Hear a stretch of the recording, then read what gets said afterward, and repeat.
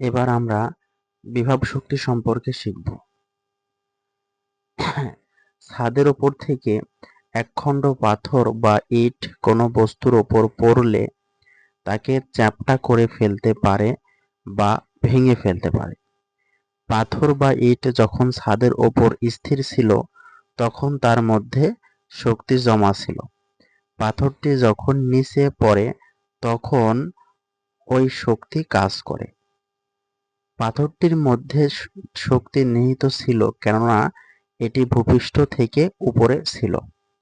তার মানে আমরা বলতে পারি যে কোনো বস্তুকে যদি স্বাভাবিক অবস্থান থেকে তাকে বিকৃত করা হয় বা স্বাভাবিক অবস্থান থেকে অন্য কোনো অবস্থানে নিয়ে যাওয়া হয় তাহলে তার মধ্যে একটি শক্তি সঞ্চিত হয়, যেটা বিভব শক্তি হিসাবে সঞ্চিত থাকে।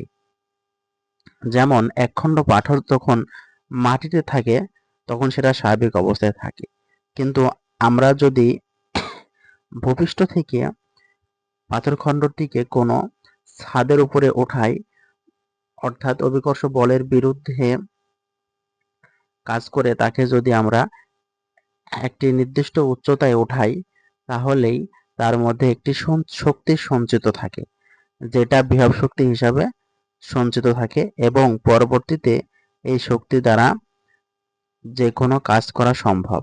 যেমন পাথর বা ইট যখন ছাদের উপরে ছিল তখন সেটা স্থির ছিল এবং তার মধ্যে শক্তি জমা ছিল। সেই শক্তি দ্বারাই যখন সেই বস্তুটি উপর থেকে পড়ে তখন নিচে থাকা কোনো বস্তুকে সে ভেঙে ফেলতে পারে বা চ্যাপ্টা করে ফেলতে পারে। তার মানে কোনো বস্তুকে আমরা যখন স্বাভাবিক অবস্থান থেকে বিকৃত করব বা তার অবস্থার পরিবর্তন করব তখনই তার মধ্যে বিভব শক্তি সঞ্চিত হয়।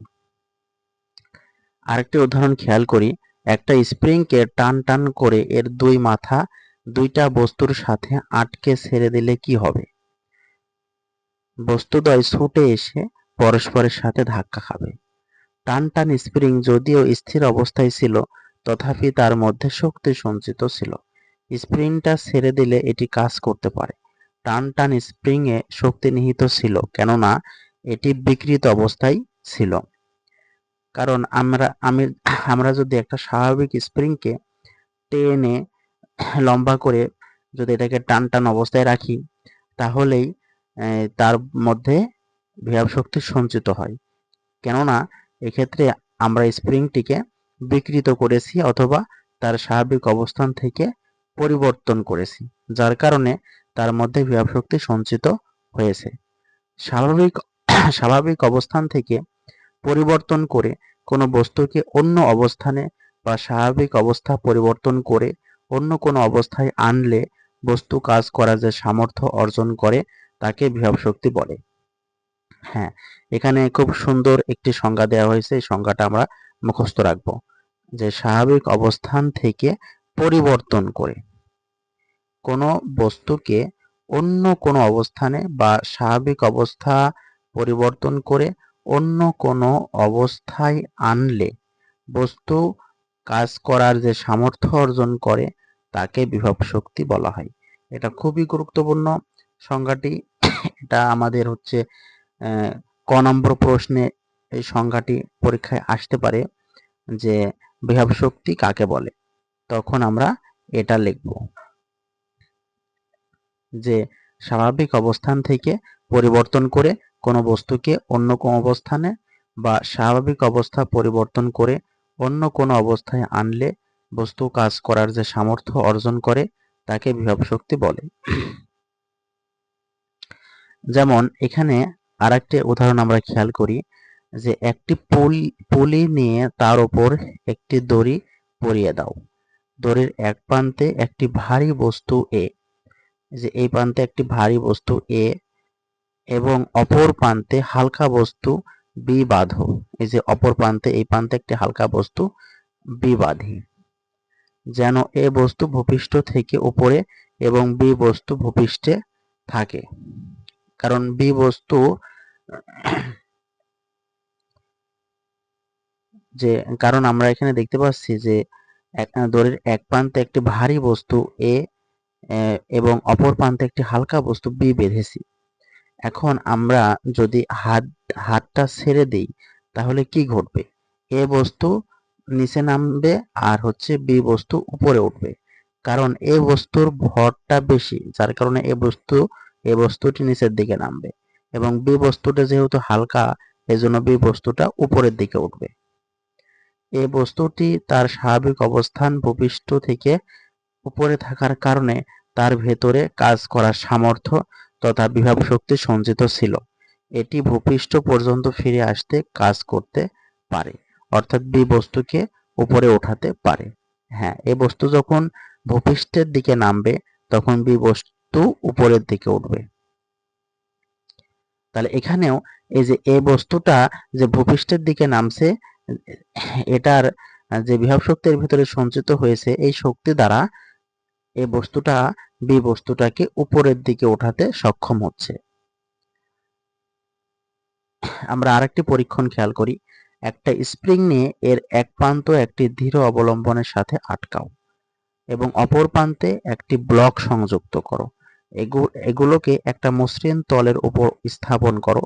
এখন ব্লকটিতে বল প্রয়োগ করে স্প্রিংটিকে সংকুচিত করো এবং ব্লকটির সামনে অন্য একটি বস্তু রাখো। এখন হাত ছেড়ে দাও। তাহলে কি ঘটবে? বস্তুটিকে ছিটকে দূরে সরে গেল কেন? কারণ স্প্রিংটিকে সংকুচিত করে আমরা ব্লকের পাশে একটা বস্তু রেখেছি। এখন আমরা যদি হাতটা ছেড়ে দিই তাহলে স্প্রিংটা কি হবে? স্প্রিংটা তার আগের অবস্থায় ফিরে আসবে এবং স্প্রিংটা প্রসারিত হওয়ার কারণে ব্লকটি দূরে সরে যাবে। আচ্ছা, যার কারণে এই বস্তুটিও দূরে সরে যাবে। দেখো, স্প্রিংটি তার আগের শিথিল অবস্থানে ফিরে আসার সময় কাজ করতে পারলো, অন্য বস্তুকে সরাতে পারলো। স্প্রিংটি এই যে তার স্বাভাবিক অবস্থা পরিবর্তনের জন্য কাজ করার সামর্থ্য লাভ করলো, সেটি তার বিভব শক্তি। কারণ স্প্রিংকে যখন আমরা বিকৃত করেছিলাম তখনই তার মধ্যে একটি বিভব শক্তি সঞ্চিত হয়েছিল। যখন আমরা হাতটাকে ছেড়ে দিলাম তখন এই বিভব শক্তি বিভব শক্তি দ্বারা এই বস্তুটিকে ব্লকটিকে সরিয়ে ফেললো, যার কারণে বস্তুটিও দূরে সরে গেল এবং এর মাধ্যমে এই বিভব শক্তির দ্বারা আমরা একটি কাজ পেলাম।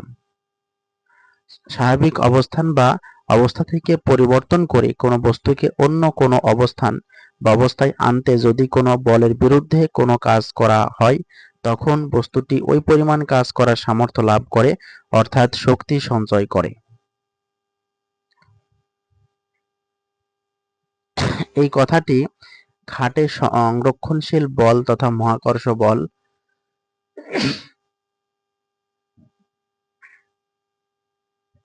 তড়িৎ চৌম্বক বল, স্প্রিং বল ইত্যাদির প্রভাব বলয়ের মধ্যে। এই প্রভাব বলয়কে ওই বলের বলক্ষেত্র বলা হয়, যেমন মহাকর্ষ ক্ষেত্র, তড়িৎ ক্ষেত্র ইত্যাদি। আমরা যখন ভূপৃষ্ঠ থেকে কোনো বস্তুকে উপরে তুলি তখন অভিকর্ষ বলের বিরুদ্ধে কাজ করি। হ্যাঁ, আমরা যখন ভূপৃষ্ঠ থেকে কোনো বস্তুকে উপরের দিকে উঠাবো, ভূপৃষ্ঠের থেকে কোনো বস্তুকে উপরের দিকে উঠাবো তখন অভিকর্ষ বলের বিরুদ্ধে কাজ করি। এই লাইনটা খুবই গুরুত্বপূর্ণ, এটা আমি মার্কিং করে দিচ্ছি। আমরা যখন ভূপৃষ্ঠ থেকে বস্তুকে উপরে তুলি তখন অভিকর্ষ বলের বিরুদ্ধে কাজ করি, কারণ অভিকর্ষ বলের বিরুদ্ধে কাজ করি কারণ যে আমরা জানি কোন বস্তুকে পৃথিবী তার নিজের দিকে টানছে, এটাকে আমরা বলি হচ্ছে অভিকর্ষ বল। এখন পৃথিবী থেকে কোনো বস্তুকে যদি আমরা উপরের দিকে নিয়ে যাই বা একটা নির্দিষ্ট উচ্চতায় উঠাই তাহলে পৃথিবীর অভিকর্ষ বলের বিরুদ্ধে কাজ করতে হয় আমাদেরকে। পৃথিবীর অভিকর্ষ বলের বিরুদ্ধে কাজ করে বস্তুটিকে উপরের দিকে উঠাতে হয়, যার কারণে এটাকে আমরা বলতে পারি অভিকর্ষ বলের বিরুদ্ধে কাজ। ফলে ওই বস্তু কিছু বিভব শক্তি লাভ করে। আমরা যখনই কোনো বস্তুকে স্বাভাবিক অবস্থান থেকে, ধরো এম ভরের বস্তুটা এখানে ভূপৃষ্ঠে ছিল, এখন এমভরের বস্তুটা এখানে ভূপৃষ্ঠে চলে, এখান থেকে যখনই আমরা তার স্বাভাবিক অবস্থান থেকে তাকে একটা নির্দিষ্ট উচ্চতায় অভিকর্ষ বলের বিরুদ্ধে একটা নির্দিষ্ট উচ্চতা পর্যন্ত উঠাবো, তখন তার মধ্যে একটা বিভব শক্তি সঞ্চিত হবে। বস্তুটি যদি ভূপৃষ্ঠে পড়ে তখন ওই পরিমাণ কাজ করতে পারে। এমভরের কোনো বস্তুকে ভূপৃষ্ঠ থেকে এই উচ্চতায় ওঠাতে কৃত কাজই হচ্ছে বস্তুতে সঞ্চিত বিভব শক্তির পরিমাপ। আর এক্ষেত্রে কৃত কাজ হচ্ছে বস্তুর ওপর প্রযুক্ত অভিকর্ষ বল তথা বস্তুর ওজন এবং উচ্চতার গুণফলের সমান। তার মানে যে এক্ষেত্রে কৃত কাজ হচ্ছে বস্তুর ওপর প্রযুক্ত অভিকর্ষ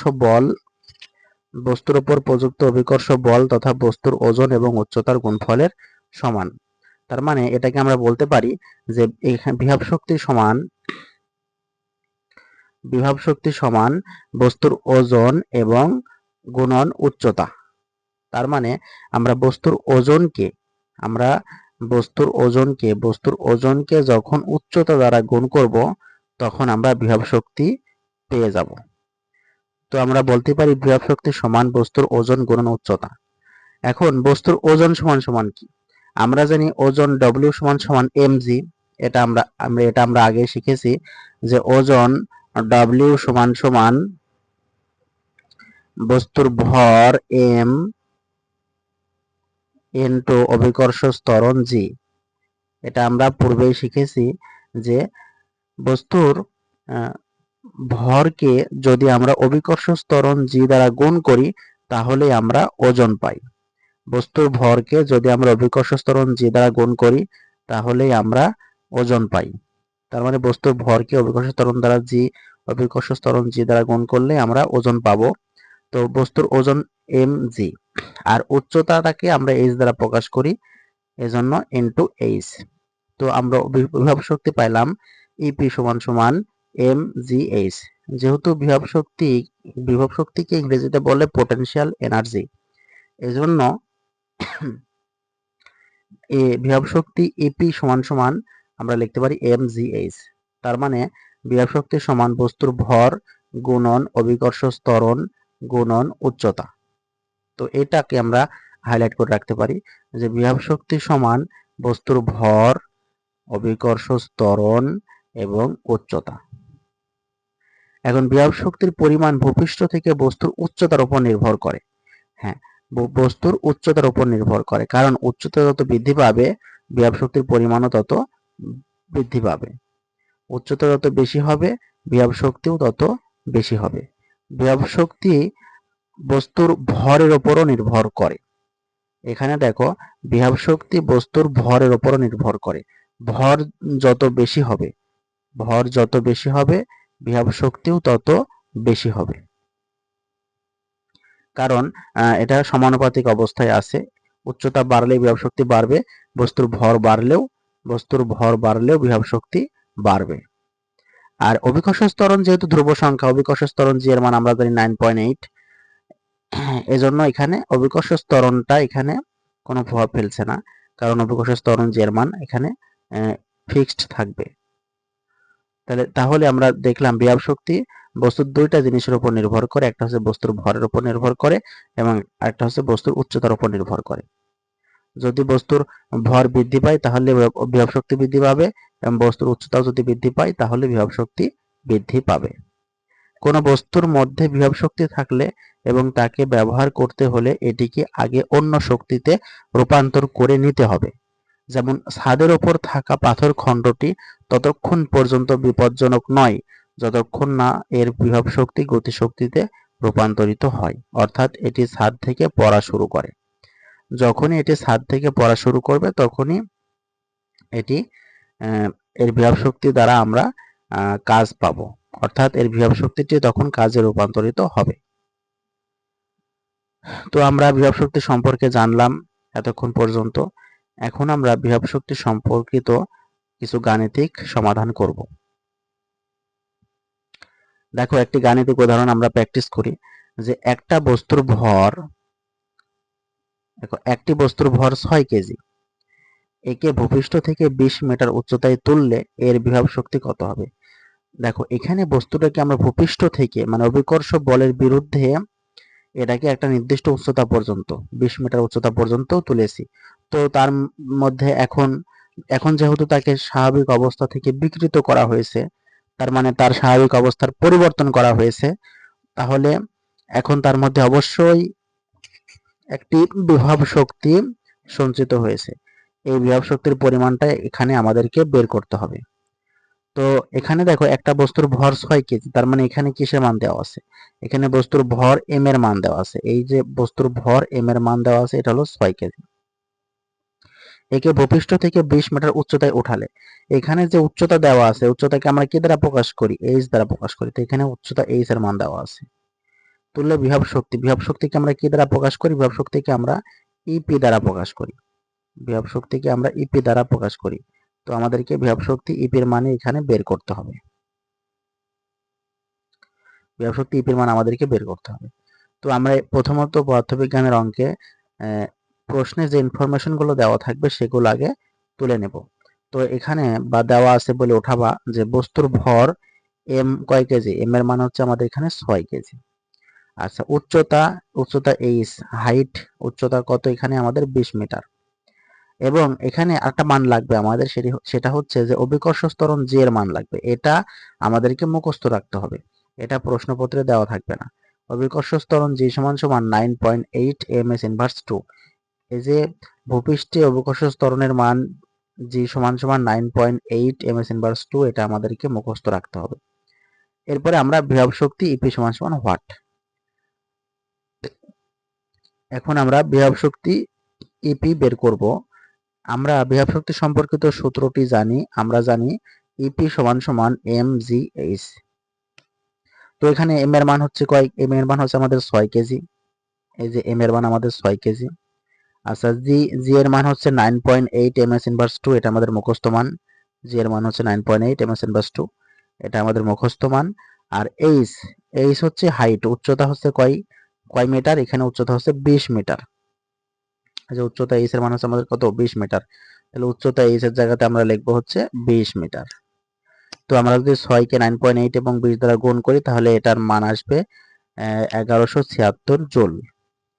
যেহেতু বিভব শক্তি এক ধরনের শক্তি, এজন্য আমরা জানি শক্তির একক জুল, এজন্য বিভব শক্তির এককও হবে জুল। তো আমরা পাইলাম বিভব শক্তি ইপি সমান সমান 1176 জুল। তো আশা করি আজকের এই ক্লাসে বিভব শক্তি সম্পর্কে আমরা বিস্তারিত জানতে পেরেছি এবং বিভব শক্তি সম্পর্কিত যে কোনো প্রশ্ন পরীক্ষাতে আসলে অবশ্যই আমরা উত্তর করে আসতে পারবো।